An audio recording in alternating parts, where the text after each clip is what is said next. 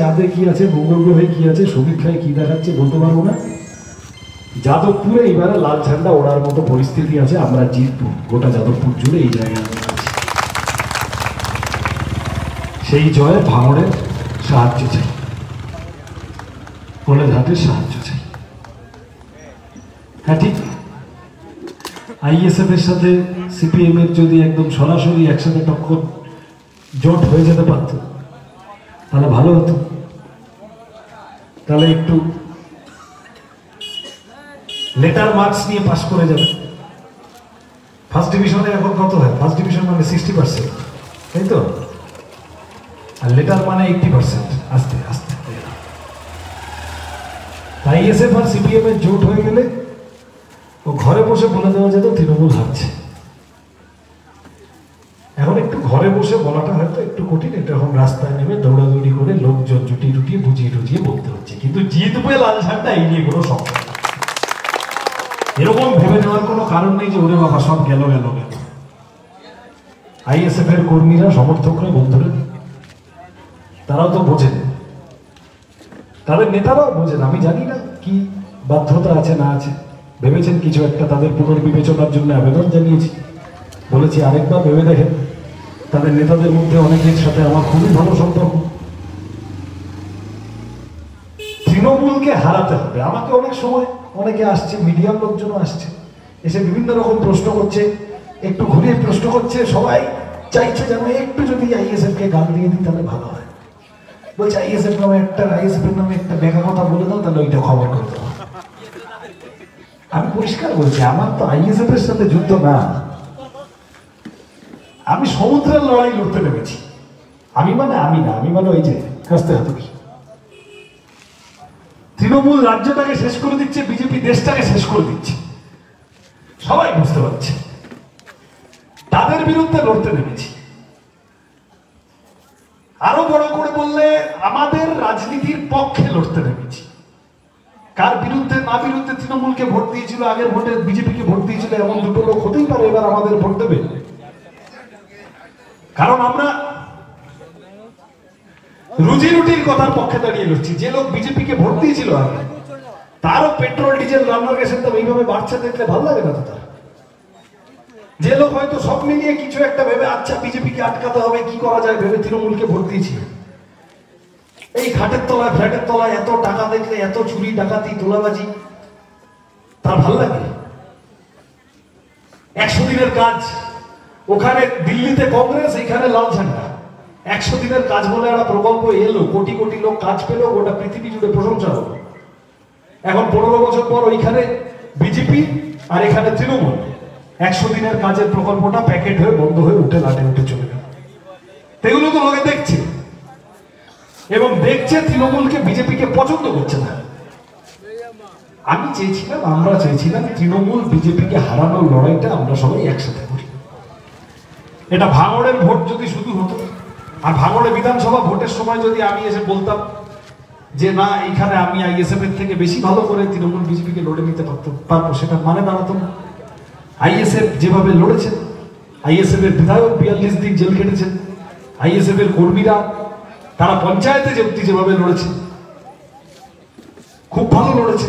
আমরাও যতটা পেরেছি আমরা বলেছি ঠিক আছে, তোমরা ভাঙড়ের মধ্যে তোমরা ক্যাপ্টেন, আমরা ভাইস ক্যাপ্টেন, আমরা সাথে সাথে থাকবো। কিন্তু এটা তো বুঝতে হবে, যাদবপুর বিধানসভা, টালিগঞ্জ বিধানসভা, বারাইপুরের দুটো জায়গা আছে, সোনারপুরের দুটো জায়গা আছে, তার সাথে ভাঙড় আছে। 7টা বিধানসভা জুড়ে, 7টা বিধানসভা জুড়ে বিজেপিকে তৃণমূলকে হারাতে পারে তো লাল ঝান্ডা। বিজেপির যাদবপুরে কোনো গল্প নেই, টালিগঞ্জে গল্প নেই, সোনারপুরে কিছু একটা দুটো পকেট আছে, হয়তো 2-4টে ভোট পেতে পারে। বারুইপুরে আবার একটাই প্রায় কিচ্ছু নেই, একটাই এরকম একটা দুটো জায়গা আছে। আর ভাঙড় বিজেপির সিলেবাসের বাইরে, ওই ওরকম একটা দুটো। তার মানে বিজেপির এখানে কোনো গল্প নেই, যাদবপুরে বিজেপি জিতবে না। আমি অন্য চাঁদে কি, মঙ্গল গ্রহে কি, অন্য কোথায় কি হচ্ছে টিভিতে সমীক্ষা অত বলতে পারবো না, কিন্তু যাদবপুরে বিজেপির কোনো জেতার চান্স নেই। তাহলে যাদবপুরে 9টা তৃণমূলের সাথে 7টা বিধানসভা জুড়ে তৃণমূলকে কে টক্কর নিতে পারবে, কে বুঝে নিতে পারবে তা। আমি আবার বলছি, এটা যদি ভাঙড়ের ভোট হতো তাহলে আমরা গিয়ে বলতাম যে আইএসএফ লড়ুক, আমরা সাথে আছি। কিন্তু 7টা বিধানসভা চলে তৃণমূলকে হারানোর মতো সংগঠন, শক্তি, জনবল, মানুষ, ইতিহাস যার আছে সেই পার্টিটার নাম লাল ঝান্ডা সিপিএম।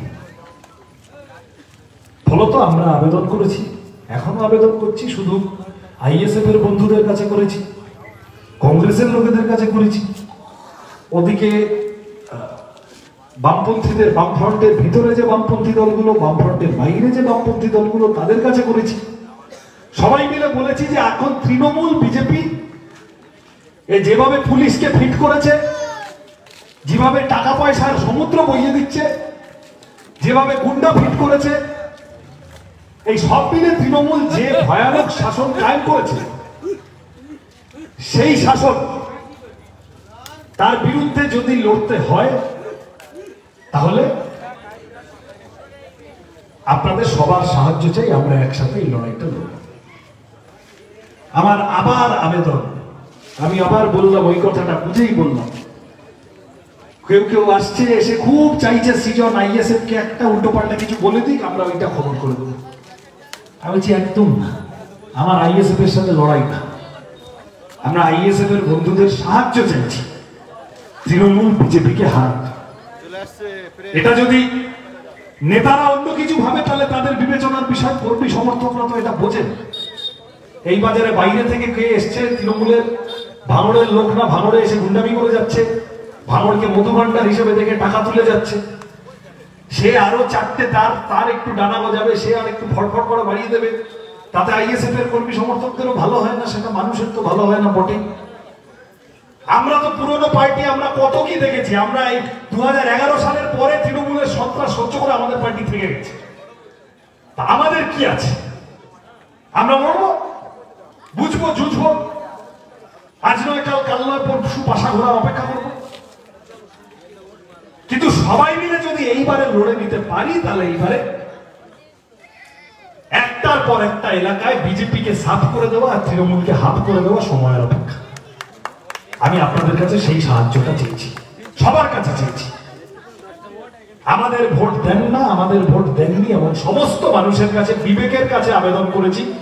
এই চুরি, ডাকাতি, তোলাবাজি, দাঙ্গাবাজি, যেভাবে পেট্রোল ডিজেল রান্নার গ্যাসের দাম বাড়াচ্ছে, এই যে মোবাইলের রিচার্জের দাম কত বাড়িয়েছে, তাই তো? ঠিক বলছি তো? আগে ফ্রিতে দিত, মনে আছে? যখন এলো জিও এলো, ফ্রিতে দিচ্ছিল, এখন কত খরচা বাড়িয়ে দিয়েছে। তৃণমূল কোনোদিন বলে, বিজেপি কোনোদিন বলে আমাদের টাকা যায় তো, পকেটের টাকা যায় তো? তাহলে এই যা ভয়ানক চুরি ডাকাতি বিভিন্ন ভাবে আমাদের থেকে নিয়ে নিচ্ছে, দিল্লির দল, পশ্চিমবঙ্গের শাসক দল, তারা এইসব নিয়ে কিছু বলছে না। আমরা মানুষের রুজি রুটির কথা বলতে চেয়ে লড়তে নেমেছি। সহজ কথা, দিল্লি থেকে বিজেপিকে তাড়াও, দেশটাকে তছনছ করে দিচ্ছে, আর বিজেপিকে তাড়ালে এখান থেকে তৃণমূল নড়বড় হয়ে যাবে, তৃণমূলকে হারানোর কাজটাও সহজ হয়ে যাবে।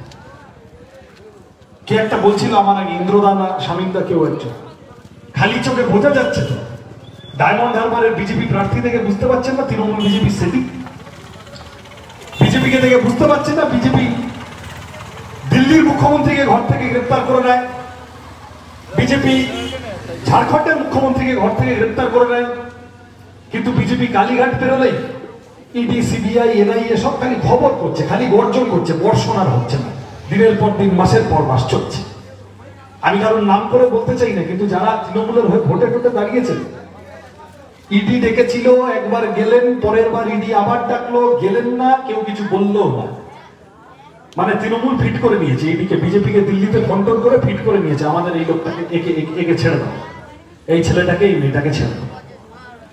তার মানে এই সেটিং ভাঙার জন্য লড়তে নেমেছি। তৃণমূল বিজেপির বোঝাপড়া, যাত্রাপালার ওপরের মঞ্চের উপরে দেখা যাচ্ছে রাম আর রাবণ খুব ঝগড়া করছে, পিছনে গিয়ে দেখা যাচ্ছে যে রাম সেজেছিল, যে রাবণ সেজেছিল, পিছনে গিয়ে একই বিড়ি কাউন্টারে খাচ্ছে। বিজেপি আর তৃণমূল হচ্ছে এইরকম। তাহলে এদের বিরুদ্ধে লড়তে নেমেছি, রুজি রুটির কথাটাকে সামনে রেখে লড়তে নেমেছি, সবাইকে নিয়ে লড়তে নেমেছি। এর মধ্যে কোনো লুকো ছাপা নেই, কোনো পকেটের ভিতরে লুকিয়ে রেখেছি, ফিস ফিস করে বলছি, এইসবের কোনো ব্যাপার নেই, পরিষ্কার বলছি। যাদবপুরে বাকি জায়গাগুলো আমরা জেতার মতো জায়গায় তৈরি হচ্ছি, আস্তে আস্তে যাচ্ছি। ভাঙড়ে যদি আমরা সব মিলে 21 সালের মতো তৃণমূলকে বিজেপিকে হারিয়ে দিতে পারি সবাই মিলে, তাহলে অনেক খেলা ঘুরে যাবে। আপনাদের সকলের সাহায্য চাই। আমাদের কর্মীরা, আমাদের বন্ধুরা যারা আছে তাদের বলবো বাড়ি বাড়ি যান, আমাদের কথাগুলো নিয়ে যান। ওরা চাইবে ভোটটাকে হিন্দু মুসলমান করিয়ে দিতে, ওরা চাইবে ভোটটাকে বাঙালি অবাঙালি করিয়ে দিতে। আমরা রুটি রুটির কথার উপরে দাঁড়িয়ে ভোট করব।